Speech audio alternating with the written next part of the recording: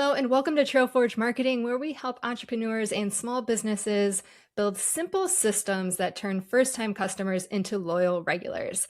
I'm Mandie Kramer, and I am very excited to be sitting down today with Michael Butcher, owner of Team Logic IT in Auburn Hills.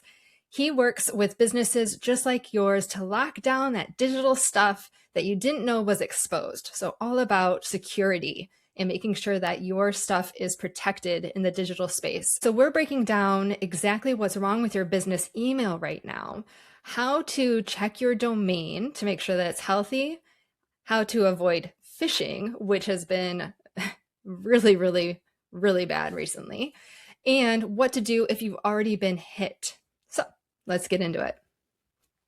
Thank you so much for being here, Michael. I'm so excited to have this conversation with you all about not just security for technology in general, but specifically email, and talking about phishing, and just diving into the nuances that a lot of business owners just kind of glance over, or they're just completely unaware of what's going on. And some of the things I know we'll dive into are super simple and actionable and just take a few minutes. So I'm super excited to dive in today and have this conversation. I think it's going to be a lot of value for every business owner out there. So thanks for your time. Do you want to let people know? Yeah, me too. Do you want to let people know a little bit about you and your background, and kind of where you're located and who do you help? Sure. So I'm the owner of Team Logic IT here in Auburn Hills, Michigan. I help area business owners navigate all kinds of things, questions and dilemmas, or support around their IT and cybersecurity and compliance.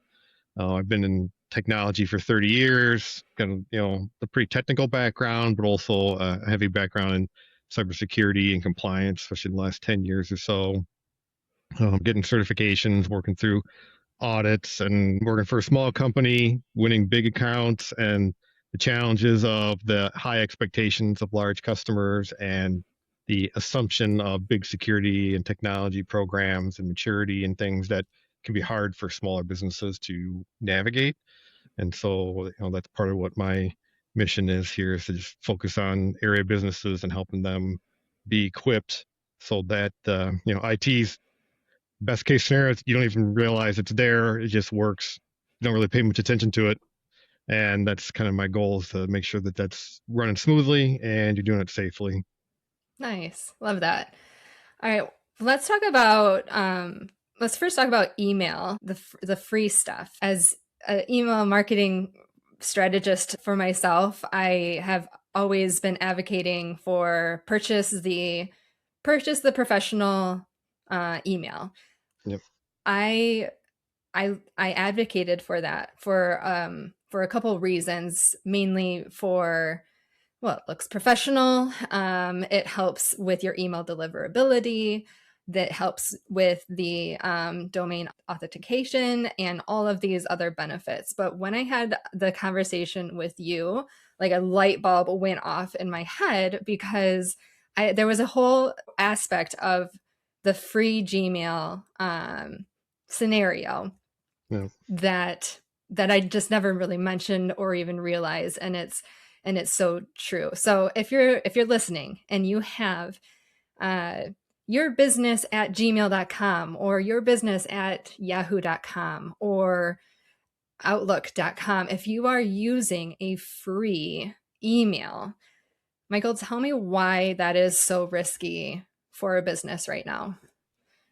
Yeah, I mean, the way I kind of sum it up is, it's like when you're using a Gmail or Yahoo and the free consumer products there, basically you're operating as a tenant in someone else's building, right? And so, you can only be there as long as they're willing to leave you there, and you don't gain control of that. It's like being an asset to your business. So, like the fact that they can, they have their own rules and regulations and things that they do, and they run automated tools to monitor for violations of their policies and acceptable use and those type of things.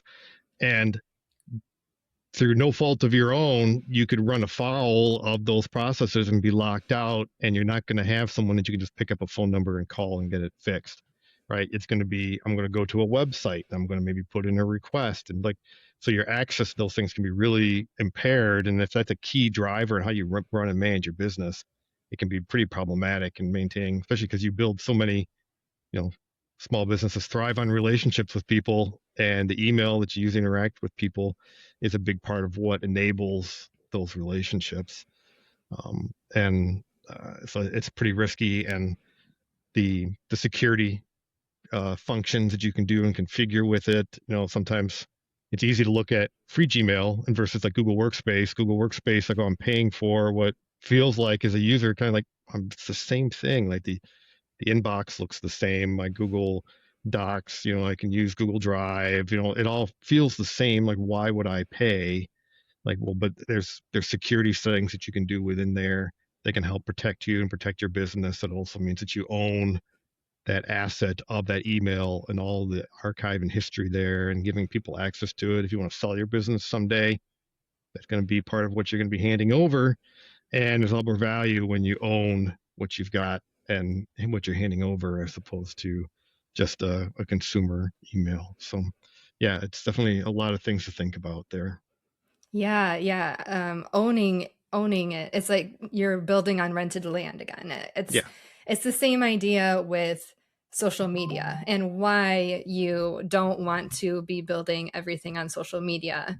You want to have it's rented land. You have no power. Like if you lose your social media following, then you've lost it. Like you have to either start from zero or Right. start a new account, or I mean, Mm-hmm. good luck getting the attention of Facebook, right? There is no customer service. There is like nobody really to help you unlock your account if it's gotten hacked. Your email can get hacked, and we're going to get into that later. But Yeah. your when you have the free account, it is it's a lot less secure. I love that you mentioned that. And it's just like building on rented land. Like you just Yeah. don't have that kind of support. And I think it's like people think it's a huge expense.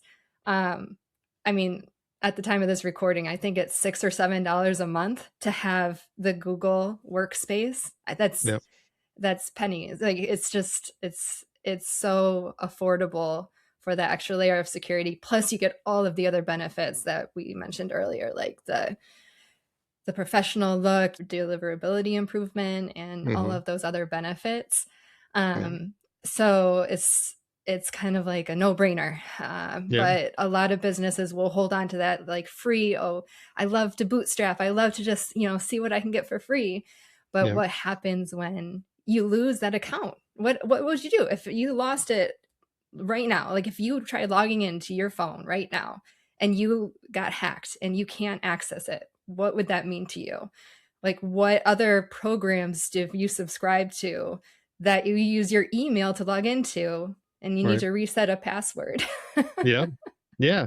Or a lot of Right. times, like even if you're trying to do the right thing and set up MFA codes and multi-factor authentication at different services and sites that you're using, a lot of those services default to sending the code to your email, right? Mm-hmm. So if you don't have your email, you literally lose access to those platforms too. And if it affects your invoicing or your ability to pay some bills or do some critical processes, and if you're down for a week or whatever while you're trying to navigate getting that back up, that can be a very difficult thing for small businesses to absorb. Yeah. The impact on their business and their revenue streams there can be pretty challenging. And so it's definitely kind of like there's reputational and asset and ownership and all those type of things, but it's also a little bit of like an insurance policy just to make sure that these things happen every day. Somebody has a problem with getting locked out of their email or phishing scams and those type of things. Having some level of insurance that knows that you have a plan for how you navigate if that happens. What do you do? How do you resolve it as quick as you can and mitigate the risk that it snowballs and creates a chain reaction of problems that you're kind of playing whack-a-mole trying to get it resolved. Yeah. So it can definitely be worth the small investment, especially up front, just to kind of do the legwork and getting it done right. Mm-hmm. It's they're pretty easy to get set up, and a little bit of doing the work it's definitely doable. Yeah, it's really not. I've set up way too many business emails to admit, and it's not. Yeah, it's very, even if you're not tech savvy, it's a very easy process to do and to set up everything. It's they make it pretty easy nowadays too to get Yep. all that set up for you. And we can even go over a few things today too about some of the steps. When it comes to the business email, like when you purchase, what are some other email service providers that you can purchase Oh yeah, professional yeah, well, email yeah. through? So yeah, Google and Microsoft 365 are the two most common big players, and certainly have the largest um, breadth of uh, established systems and securities and features and functions and capabilities and integrations with other products and things. But they're definitely not the only game in town. I mean, um, there are other ones that are like maybe more super privacy focused, like Proton is one where like, oh, you can go in, you can create free email accounts through there, but they also have the ability to, if you pay into their license tiers, you can get into um, aligning it with, connecting it to your domain so that you get a proper looking email that people get. And, so a lot of email services will offer those, but there are some key security features and functions that are really pretty important as your business grows and you need to, entrust some level of access to your email to other people within your business. That's where a lot of those other systems and services might start falling short of what you want to be able to do, Yeah. where the larger platforms, you know, you want to have folders and you want to have files and you want to control who has access and what they have access to, and giving them their own individual accounts, and then security features around like, identifying external emails so that they're labeled properly when they come in, so you can clearly see and distinguish between something that legitimately came from somebody within your business versus someone who's trying to pretend to be in it but isn't. There's Mm-hmm. things like that that you can do that not all those email systems are going to support. Yeah. So yeah, there's a reason that the vast majority of people go with Microsoft or Google. It's because the breadth, the bang for your Yeah. buck within those platforms are pretty Okay. big. Let's let's transition into what people need in order to have that professional email. Hmm. If they wanted to go into Google Workspace or Microsoft or any of those other choices, they need their domain, right? They had to have a website domain that they've purchased because that website will be connected to that email address, right? Yep. Yep. Okay. Yep. All right. And a lot of times on the email marketing side, I'd say most email service providers, so these are the companies that help you send out mass emails.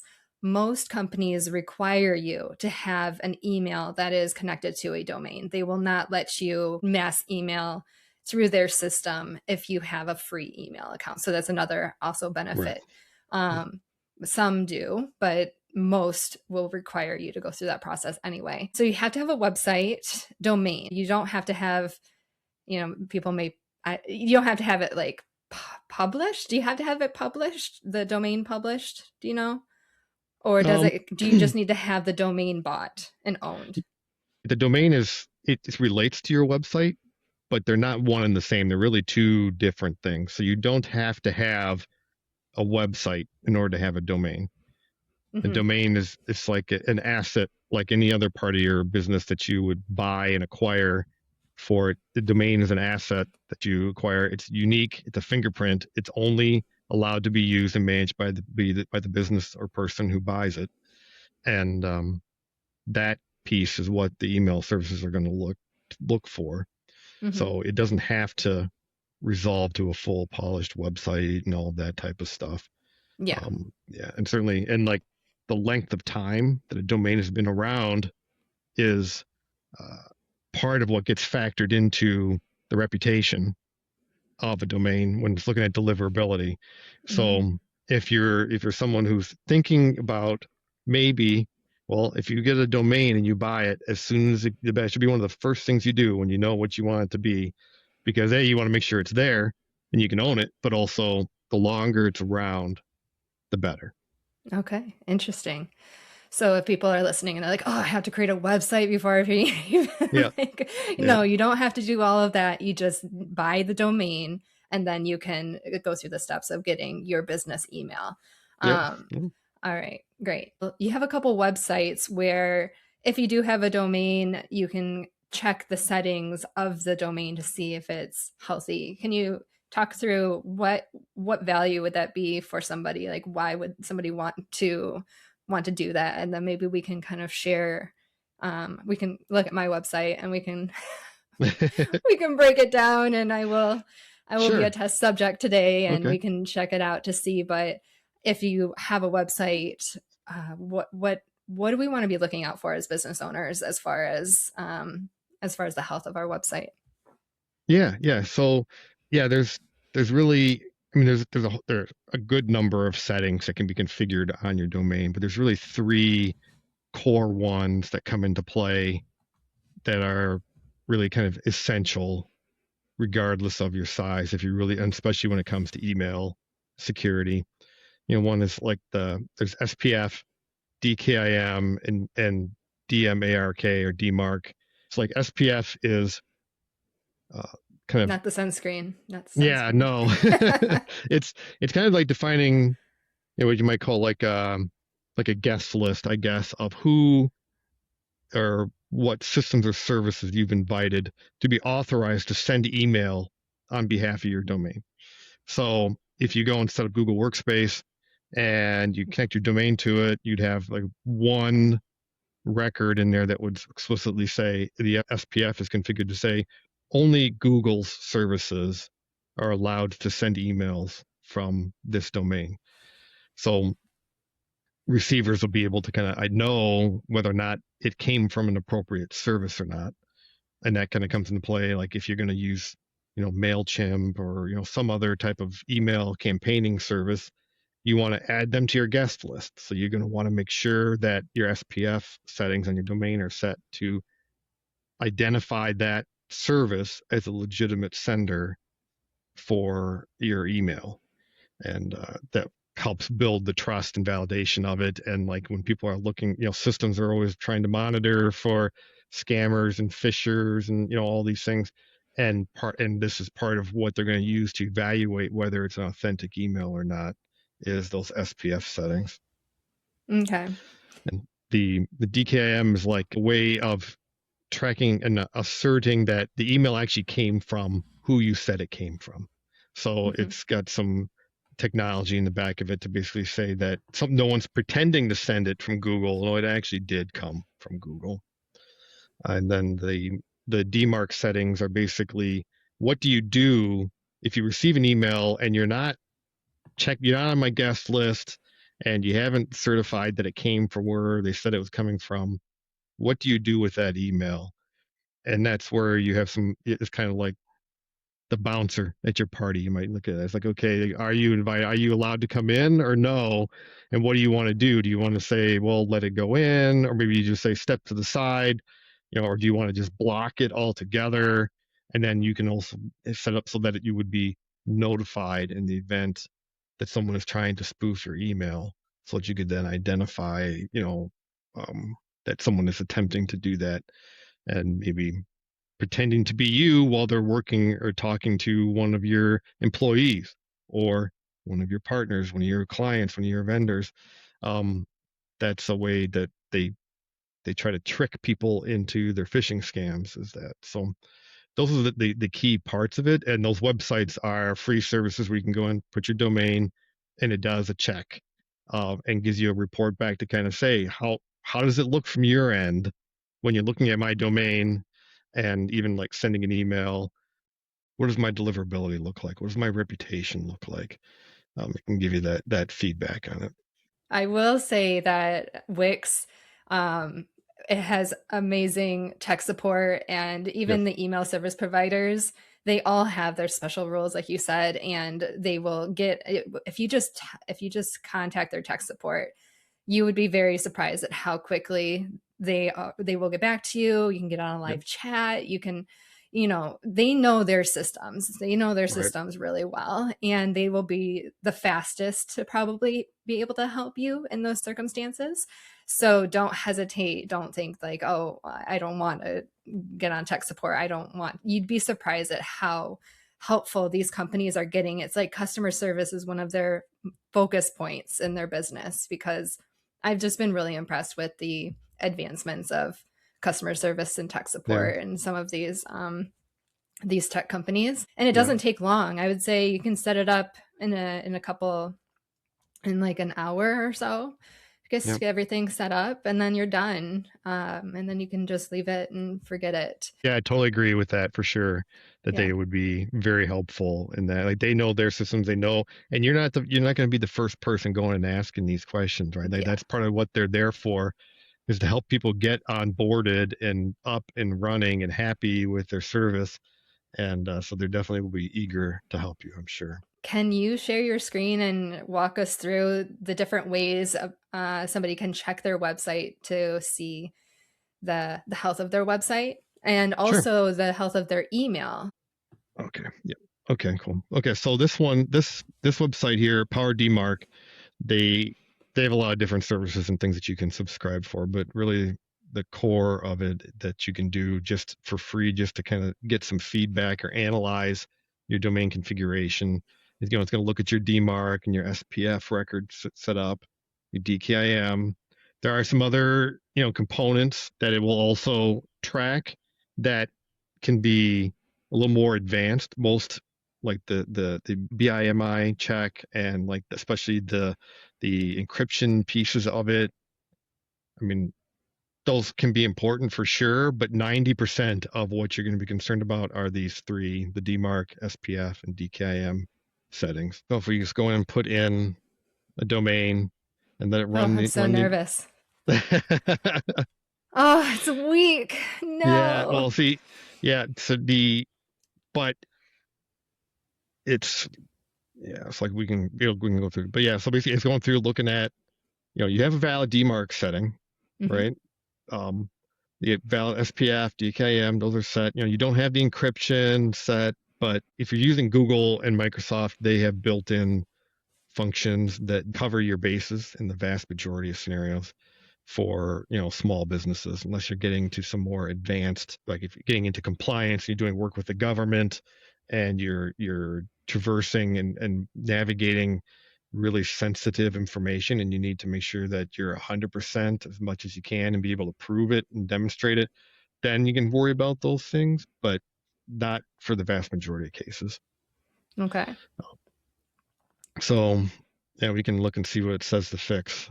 Well, of course, it's going to want me to log in. The let's see. So you have DMARC set, but you don't have a policy. So most likely, what that is like you can set the rigidness of how firm you want to reject emails that fail a DMARC check. So you can actually say to reject them to really tighten it up. That's probably all that it is. Okay.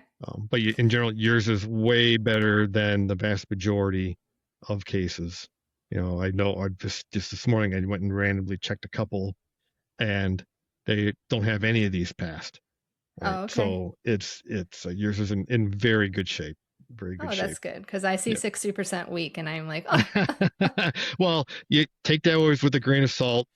The free sites are there; they're free. You can do a check, but they are a business trying to earn your business, right? Yes, And yes, so they yes. will they will happily take your credit card and charge you to go and walk through and fix something or sell Yeah, you some yeah, kind of a that makes technology and sense. those type of things.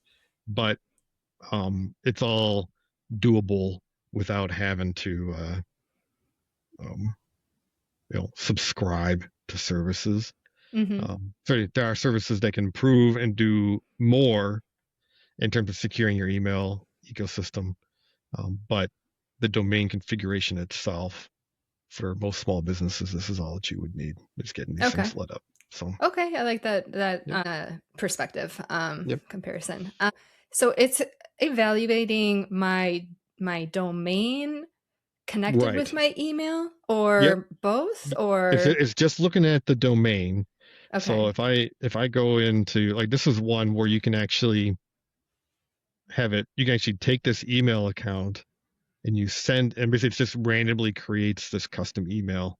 And then if you send from your inbox, you send an email to that email, it'll review that email and analyze it and give you the results back on how it cleared through. Will it help guide people as to what to fix in their email as well, or will it just what information will they get from doing this step?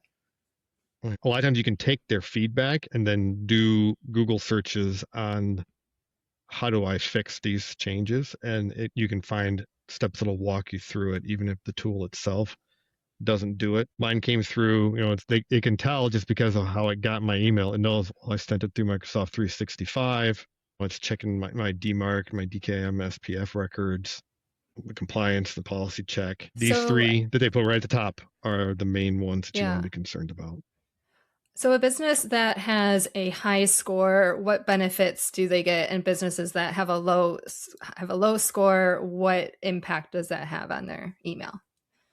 Well, a lot of it's deliverability is Okay. the first thing is that every single thing that it's looking at and reviewing here is all adding up to degrees of trust. Mhm. Every email service that receives email, they're always trying to police for spam and what Mhm. is at risk of that and trying to filter out the noise. And so they look at a lot of things. Among them will be the configuration of your domain. If it's not really developed and built and configured to in alignment with how you're sending your emails, then that's an indication that you haven't been around very long. It could be someone who's trying to scam people. They create some random domain and they start firing off tons of emails and they don't have it configured or aligned properly based on what they're doing. And so that's an indicator that they don't want to send that through to your recipients. Mhm. And so that's a big part of it.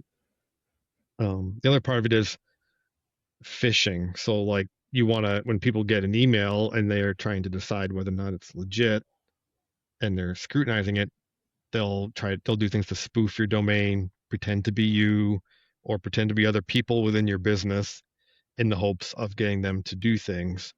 And the domain configuration is part of how you harden or create a layer of protection or defense for that, for both for you and the people in your business, but also the people you do business with, both your customers and otherwise.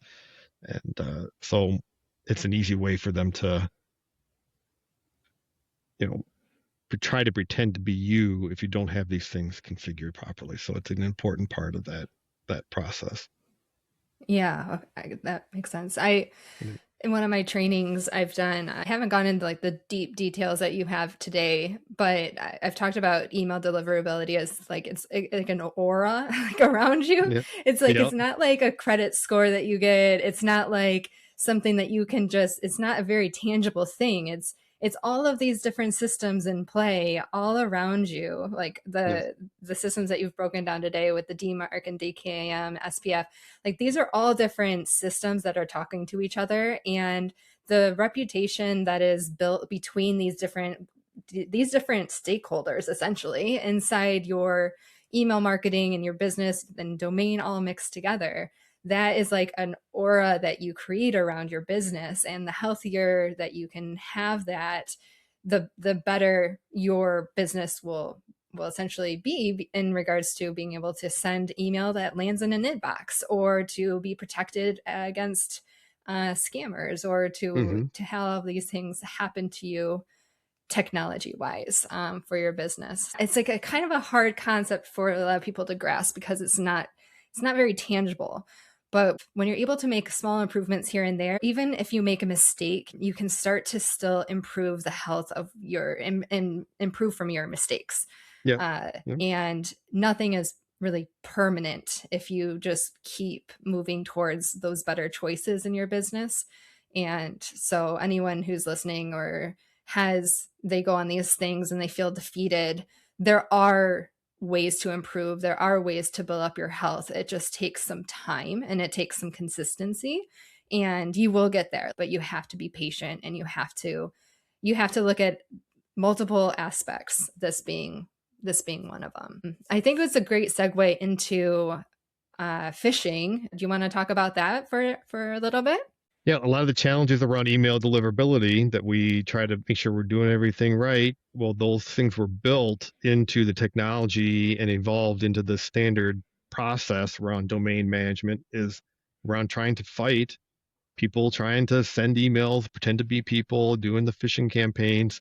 And so it's, it's a frustration that we have to deal with, but it's a core part of trying to play on the internet and be a legit representative of a real business or person is a big part of that.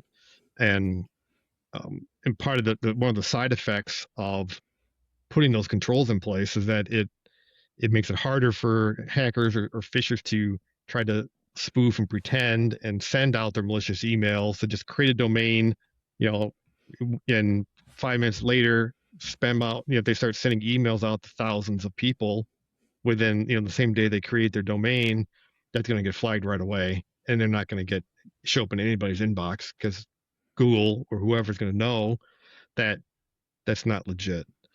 That encourages them to work harder and makes it more valuable for them to get access to the legitimate emails of businesses, big and small. And so the work that you've done to have a legitimate setup makes you a good target for somebody to want to use your email, get into your email account and use it to send those messages because they then live off of that reputation that you've built. They try to trick you with generally, it's urgent, has something to do with money or a vendor or a partner or something pressing to try and take advantage of people's, business owners, people working in trying to get jobs done, they're busy. And so when something is pressing, they can be a little more impulsive and less scrutinizing of what comes through. So it's important to always double check, take a pause. If something's urgent, really consider, is this really something out of the norm? If my boss really, would they normally ever ask me to do this? Or, this ask from a company that I've worked with, is it really make sense they would ask me to do it this way? Like just last week, I got a call on my phone and it was somebody saying they were from QuickBooks saying that my credit card had expired and they needed a new credit card in order to keep my account active. Like, okay, so I think QuickBooks accounting, like that's pretty important. That's core to my business. But would they call me? No, they'd send an Mm-hmm. email, right? Even if Mm-hmm. I got email, I wouldn't click on anything in the email. I'd go into my QuickBooks and log in, see, so I'm going through my known channels of what I know is legit, right? If I had got an email from a client that seemed out of the ordinary, where they were asking for some password resets or things like that, well, I'm going to pick up the phone and call them with the number that I know I can reach them at and I know is their number, not something in the email, so that we can know for sure this is a legit request. This is something specifically that they really want to do, and it's not someone trying to trick us into doing something that we shouldn't be doing. It's It's gotten really good. Like they, yeah, it's gotten they have gotten very tricky. Let's talk. I have an example, but before I talk about the example, why yeah. is it called fishing with a ph? Like why is it called? That's a good Do you question. know? Yeah, I think just because they don't want to use F, but fishing, I think it's just that they cast a wide net Okay. and try to catch what they can. They're not going to catch everybody, and it's not a guarantee. So it's really them kind of like, dropping a line in the water and hoping somebody swims by and takes a bite and gets hooked. That's Mm-hmm. kind of the way that they mode and the way they operate.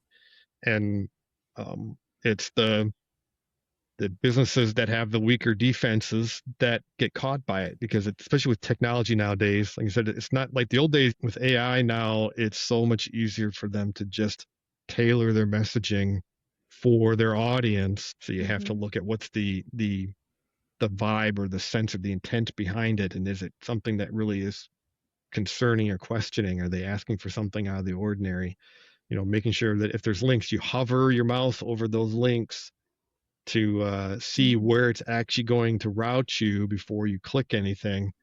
Some of the challenges on phones, checking your emails on phones, it's really difficult to preview and do some of those scrutinizing 'cause it's a smaller screen. You don't have a mouse to hover over. So, yeah, I might read your email, but I'm not going to click on something in it normally until I sit down on my computer and I can actually make sure that I'm looking at it and doing a full assessment of it. It takes constant vigilance.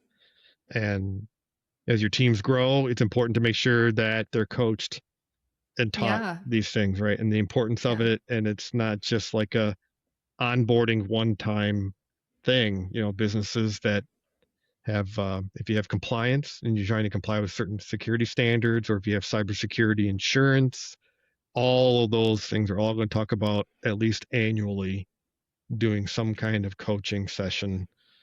It could be a paid service that you train people off of and it tracks and do all those kinds of things, but it also could just be, well, you have a team meeting and, every June, this is a topic that we cover is we cover this, and you go through some scenarios or walkthroughs and just kind of make sure everybody's refreshed on what to watch for and what to do if you clicked on something. That's a big part of it too, and you need to have plans for that. Yeah, yeah. I feel like education and awareness is the best defense Yep. against all of this, which kind of like sparks an idea for me right now with this video. If you're watching this video and you have either of a situation of phishing or scamming or anything like an example of it that you've heard of or that's happened to you, comment on this video so that more people can see the different ways in which scammers are trying to get into your inbox or to get into your logins on Facebook or to get Yep. into your accounts because they are getting very good. I was a victim of phishing. It was a couple months ago, and it was from a proposal, like it was from an email address. It was .net, but it was from like the same person, and it was the context was legit, and it was a response to a proposal for like the marketing workshops. And so then they had the PDF at the bottom of the email. And I was like, oh, well, okay, this all made sense to me in my head because we had a conversation, but Mm-hmm. this wasn't really talked about. But I was like, okay, well, I'll look at it and see. I clicked on it, and then it said, in order to read the file, you need to log in. And Mm-hmm. so I logged in, and then they knew my password, and they knew they knew my login. Yep. And then I had to go and change everything. Like I didn't click all the way through, but as soon as I did that, I was like, this isn't right. Something's not right. Like Yep. I stopped. Like I like had those little signals that are just like, fight or flight.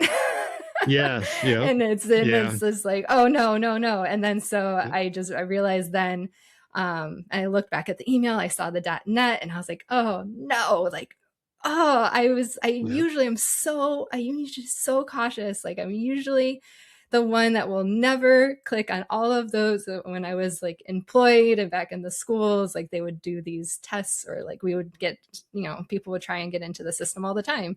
And I Yep. felt very proud of never clicking on anything. Yep. But they can get you. And Yep. and so I had to go and change all my passwords, and I think everything was okay, but it was still like, you just never know. Like they're getting very tricky. And then even just with in mail nowadays, like AI and the creation of fake images and stating like you need to come in for this you need to pay this speeding ticket, otherwise you're going to get fined and go to jail. It's like, we have a photo of your license plate and you're speeding on this thing, and it was all fake. It happened to my parents recently. It's just Yeah. like the craziest Yeah. things nowadays. So if you have a crazy Yeah. story, or even if it's not that crazy, comment below, because the more that people understand and see this different scenarios, the more they can use that as a filter as they're going through their emails of like, oh, I heard of this happening. I'm going to stop and pause. You mentioned a few really good tips on like what people can do, like hovering over the link. Mm-hmm. What are some other things that people can do to kind of like be more aware of scammers and people trying to hack their accounts? Sure. Well, the scenario you just walked through is a perfect example of the out of the ordinary, unexpected request to log in, right? Like Mm-hmm. it's just not a usual scenario, and that is a very common way that they get you. Like if I have folks I know who they got, I don't remember what the site was, but it was similar to like Evite type of things. They got an email about a friend of theirs having a you know, birthday party, and it's tomorrow, and they need your RSVP. So it was, they had some urgency. They knew that there was some kind of a relationship between you and that person that they leveraged to trick you into thinking that, okay, well, you know, I, I didn't know it was their birthday. I didn't know they're having a party. Wow, it's awful sudden. There's no way I can make that. So I better RSVP and let them know that I can't be there. Well, they click through and like, oh, okay, well, log in to log your RSVP, and that's like you said. You go in, you put your credentials in there, and they would do then go into their email, get the list of everybody they know, and then funnel that invite out to all of them. And Mm-hmm. so it was just spreading like crazy Mm-hmm. that way. The And virus. yeah, so that is definitely a key one. Um, Urgency is always a big part of it because they're trying to take advantage of you in a weak moment. Like we're all human. We have good days and bad days. They catch you at a time where like you don't have the patience, or you're running around, trying to navigate running a household and a business, manage your family. You're running around. It's very easy to be like, okay, I just got to keep chipping away at some of these things that are coming in my inbox, and then click on something that you shouldn't be looking at. But to protect yourself, I would never log into my bank account except that I go to their website and do it the way I always do it, regardless of how any other communication that I get. So that's kind of my default mode, is like when I log into this service, how do I normally do it? Mm-hmm. And I use that. Another piece of it is password managers, keeping every password different and unique, long and complex, so that you're not reusing them anywhere. Making sure you're using MFA everywhere. But another nuance to password managers that helps in those scenarios is that they look at the URL or the address of the website that you're going to decide whether or not it's going to offer to autofill your passwords on those websites. If you go to a site that you think is, your Google account or what have you, and your password manager is not offering to autofill, that's because the address is different and Mm. you missed it, right? So Mm-hmm. that's where it's important to, that's another layer of kind of insurance to help you when you get caught in those moments where you impulsively do something, or nobody's perfect. Cybersecurity, they call it like layers of defense. You don't rely on one thing to be what's going to protect you. You want to have some resilience in that, having two, three, four different things that are going to be there. The human firewall is the first layer, right? But you want to have things in place to help when they manage to get past it. Love Yeah. it. I love Yeah. it. Okay. What happens if somebody ends up being attacked or phished, Yeah. or they click the link, their account gets hacked? What can somebody do in that situation? Yeah. Michael, So Michael, pick yeah. up the phone. Yes. Yeah. So yeah, if you have a business level account and service, and you have some support relationship with somebody who's helping you with your IT, they should definitely definitively be on your list of people to call for sure. Mm-hmm. But and if you can still get into the account, changing the password is important. Making sure that you have MFA enabled on there. But a couple things that, Multi-factor authentication, right? yes, multi-factor authentication. So Mm-hmm. that's sending a text to your phone, is a common example. Or maybe if you have Google Authenticator or some other app on your phone that gives you a code that you have to type in that you use. There's YubiKeys, like their actual physical device that you can put on your keychain, but you can plug it into the USB port, and you can configure those types of security as well. There's different options, but the key is that you need something other than your email address or your account ID, and a password. It's whatever multiple beyond that is. So that's part of it. Some of the things that often get missed in that though is that when you first set up your account, you to put in all kinds of things, one of which often is maybe like a recovery email address. Mm-hmm.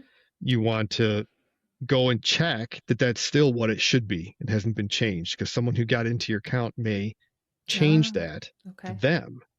So that Okay. even if you are still in there and you can get them locked out again, they can use that recovery mechanism to get right back in. So you want to make sure that you do that. Another piece is uh, sessions that are active on devices in your account. So it's very common to like, oh, I open up Google Chrome, I just go to Gmail, I go to mail.google.com and boom, there's my Gmail. I don't have to put in my password every time because my computer knows it's me and my browser remembers that it's me. Mm-hmm. Well, that if someone got access to your account, their computer has the same functionality and option to it, right? So they're going to still be able to get in and still use that session Mm-hmm. that they created even after you change the password.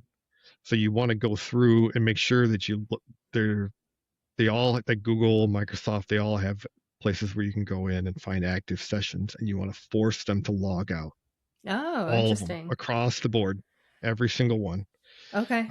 and force it to yeah, that will force them to have to redo the authentication. So they'll have to have your password, they'll have to have your MFA again in order to get a new session created. So that's an important step that a lot of folks miss. Ideally, you would do those things from a device other than the one that you used when you got tricked, just on the chance that they have something on your machine or something about that device has been compromised or impacted so that they could be capturing your changes. If you do it from a trusted device like your phone or another laptop or somebody else, some other machine would be ideal to do that as well, just to make sure. That's terrifying. Yes, yes, yes. The sessions, and actually, I would recommend that like that whole like what active sessions do you have logged in under those accounts? You could make yourself a calendar reminder to just do some periodic house cleaning. And one of the things could be reviewing that just to make sure that you haven't forgotten that maybe you logged into somebody else's computer for something at some time. You know, you're over at a family event in somebody else's house and you wanted to check your email and you logged in or something and it left an active session sitting there. You know, things Mm-hmm. like that happen. Regular house cleaning in that is a good idea. Plus, Mm-hmm. you'll know exactly where to find it if you need to in an emergency to get people pushed out. You'll know where to go to find Yeah, yeah. Oh, that's on my to-do list right now. Like it. after we get off, I am going and I'm checking all of my active sessions for Yep. my email. That is Yeah, it definitely applies a to your takeaway. Netflix too. Yeah, So if yeah. share those streaming accounts with people, they offer it as well. My parents would be so sad. Um, so you went through a lot of different like tricks and habits. Do you have a favorite or a habit that they can build that would help them kind of be more natural and um, proactive when it comes to cybersecurity? I think it's really just like don't underestimate the importance of your email account is really the biggest thing. Password managers, I think, are really, really powerful tools that can really help people in a lot of ways to protect their business and protect their email and all the services they use. It can feel like there's a little awkward when you first start using it if you're not used to using them, but the protections it gives you around if you're always authenticating using your password manager, it's not going to lie to you and tell you that this is actually, Microsoft that you're logging into. No, it's someone tricking you. It'll catch those things. So password managers, MFA, yeah, those are the biggest things. Sort of identifying phishing. That it's that urgency piece of it, I guess, is the biggest thing. It's just like if something feels urgent, you'd get a phone call if it really Mm-hmm. was urgent, right? um, or it can wait. Yeah. Take a breath, think, evaluate, remind yourself. That's part of Yeah. why that's why the compliance standards always recommend doing the training. Everybody's going to groan and be like, oh, I already know this stuff. But you just kind of keeping it front of mind and reminding yourself that it's still a problem Hmm. is just part of, I do it for myself too. I mean, it's easy for me though, because I mean, I live and breathe. I'm looking at cybersecurity stuff going on all the time, every day. So it's easy for me to be um, checking on it, but I still know that I need to be thinking twice and being careful about my email and all that. Still, Yeah. it's you know, Are people able to recover their emails? Is it easier to recover their email if they have a business account? oh, absolutely, Okay. absolutely, it is, absolutely it is. Yeah, yeah. If you're paying them, they'll have some level of service that they'll be able to offer to help you. One of the common things that often a small business owner might do, if they could say, I'm going to go, I got my domain, I'm going to buy Google Workspace. It's just me. I've got just my one user account. I get my domain and everything's all set up right and looking good.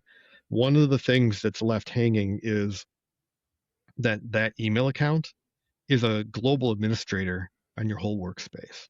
Mm. You can create a separate user that doesn't cost a license, that has MFA, has a different password, and the only thing it does is be the global admin on your workspace. And then your regular everyday email account, you pull that access away. So that your Okay. regular email user is just a regular user. Because if someone gains access to that account and you leave the global admin there, they have the keys to everything, right? Where if you reduce that your everyday email user account to only the minimum that you really need to do your day-to-day work, then you have a level a barrier to the impact of any exposure that you have around that account. So Interesting. yeah, it's a standard process for when you work with IT partners and things like that. They have the idea of like these, like a break glass user account that's like it's never used unless it's an emergency and you need that, God mode access to the platform. Otherwise, everyone should be using an account that is limited to whatever it needs to have access to and nothing more, nothing extra. Okay. And yeah, it's an extra step if you need to do something. You can't just go over to the grid and click the admin and go in and do your work. You can't do that as easily because you have to actually log in as that user. But remind yourself that that's there and that barrier is there to protect your business, protect your account, protect your platform, so that it really reduces the risk of whatever they can do in your system. So Okay. yeah, and Okay. that's something that you just those types of functionalities and services you can't do at all with commercial Yahoo or Gmail and those types of accounts. Okay. Yeah, Comcast. If you're using a Comcast account, you can call Comcast and they often might be able to help you get into this type of stuff. But you're going to be reliant on them and waiting on them. Um, Hmm. the one other piece is that both like Google, Microsoft, they both have a setting in there that allows you to uh, like label external senders. And so what that does is that every email that's not from your domain that comes into your inbox will be labeled as external. So Okay. that's one of the ways to help give you an extra little. I mean, it's not really, it's security just in the labeling. It doesn't really impact the emails that come in. But if someone comes in trying to pretend to be someone in your business, then but it shows external, that there's something about the address and the way that email is delivered that it's not legit. It'll make it you pause at least to Yep. be like, Right. yeah, yeah, I can see if you're running a business where you do a lot of internal communication, then that would be very Yep. helpful. For Yeah. me, all of my emails would be external. so, Yes. so, Yeah. Yeah. When you're but solo. for Yep. yeah.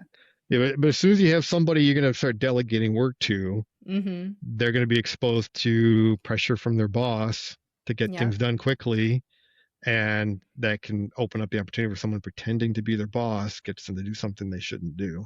Yeah. And so that's part of what you're protecting Yeah. from in those scenarios, even if it's just your bookkeeper, or Mm-hmm. something like that. That's they're processing invoices or paying bills. They're a ripe target for somebody to say, hey, could you just, I need you to fire off this wire transfer, I'm in a meeting. you know those things happen every day. Yeah, yeah.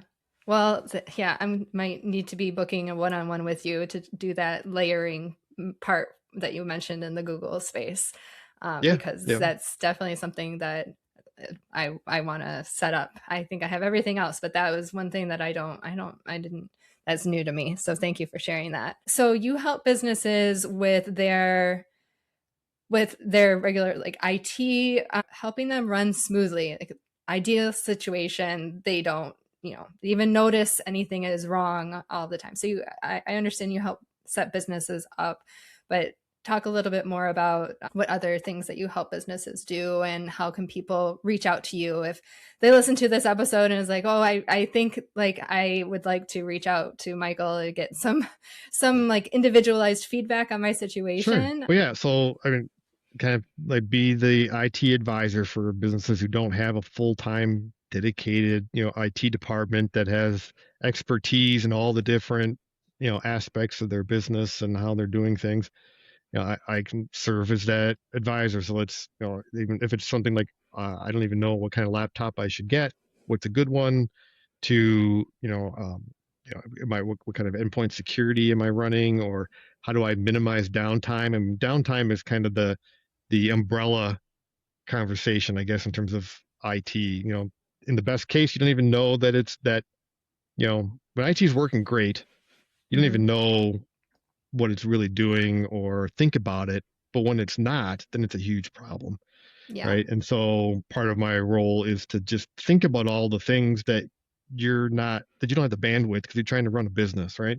Mm-hmm. I think about all those things about making sure that you don't have downtime, preventing it from happening in the first place. If something happens, where it's quick and responsive and resolved quickly so that you can keep getting running your business. That's kind of the core of what I Mm-hmm. do. So yeah, if you get questions around, you know, AI, IT equipment, Microsoft versus Google, if you're looking at, CRMs and like, how you're going to manage customer databases and those type of things. If you're looking to bring on your first employee and what do I do about navigating onboarding or offboarding or making sure that I only give them access to what I want them to be able to do. Those are elements that are technology adjacent, but I also, help businesses navigate the process that they Mm. might want to do to navigate those things and have a plan and have it. Let's just make a little. There's a little sheet, just a one little page doc. That's like, okay, this is what you do when you onboard. This is what you do when you offboard.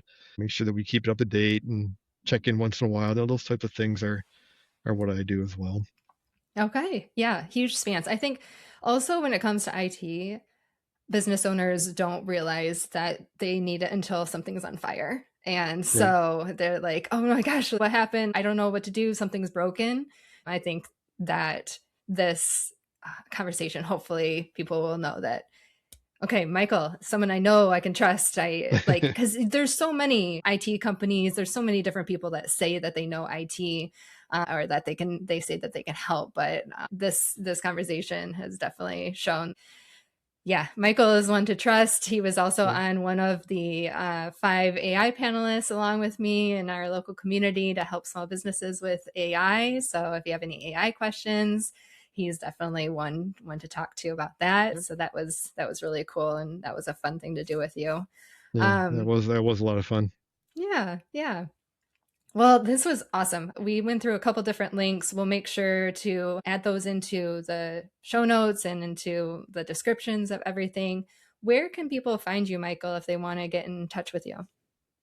Well, yeah, so I'm very active on LinkedIn, so you can find me on LinkedIn pretty easily. My website, we can share the URL. There's a excuse me, to contact us, link in there with a little form in there that you can put in your name and your email account and put a message in there. I have some like email security white papers and things like that. So if you're curious about having some kind of a document that kind of go through some of the checklists and things we talked about, I can share one of those with you through there. You can also schedule meetings with me directly through there. My phone number is there as well. Pretty easy to get a hold of. Happy to help. And consulting to ongoing managed services, pretty flexible to figuring out what is going to fit your business and what we can do to help keep chipping away at moving you forward along the growth of your business and making sure you have a good foundation to have a strong future with it. Yeah, perfect. Well, hopefully after today, everybody will be a little bit more safer and secure and be able to, be able to defend up against those hackers and all those people making not so good decisions out there trying to get into everybody's accounts. Yeah, it's a tough world out there right now. So I appreciate all of your gems, all of your knowledge and expertise. Thank you so much for your time today. No, thank you so much. It was a really great conversation. I appreciate it. Yeah, thank you. Thank you. Me too. Okay, how amazing was that, right? So many gems, information, and it was a lot, honestly. There's a lot that you can do, and you might be thinking, I wish I just had a guide that had all of the notes and just condenses it into a checklist so that I can just go through and check through what I need to do with my business. If you found that this episode was really helpful and you want to actually take action, I have a free guide that you can download. It's called the Ultimate Email Security Guide for Small Business Owners. As you can see here, you'll be able to access the interview. You'll be able to see all the different parts in the order of which we went through, all of the important notes, the tools that we mentioned, the links of the tools that we went through in the interview to check your email health and all of those great things. It also has what to do if you were phished, a checklist of things to do to take action from this episode, and everything essentially to make things very easy and broken down for you. It also has all of Michael's contact information there. So if you want this guide, you want everything just super condensed and simplified and actionable for you, then head to www.trailforgemarketing.com/email security. No spaces, no dashes. I will also link to this guide in the show notes and wherever you are watching this, whether it's YouTube or you're listening on Spotify or on Apple Podcasts. I'm going to try and link that guide to wherever you are. So you'll find it. But if you can't, head to that URL that I just mentioned and you can get it there. So make sure that you actually take action. Use the guide to help you break it down even in a more simple way so that you can continue to build those layers of security around your business. Thanks again to Michael, who was a phenomenal expert in this call. And if you have any questions, I will link his contact information as well. I'm Mandie from Trailforge Marketing. Follow me for more business advice, strategies, and especially helping you turn your first-time customers into loyal regulars. That is my sweet spot. See you next time.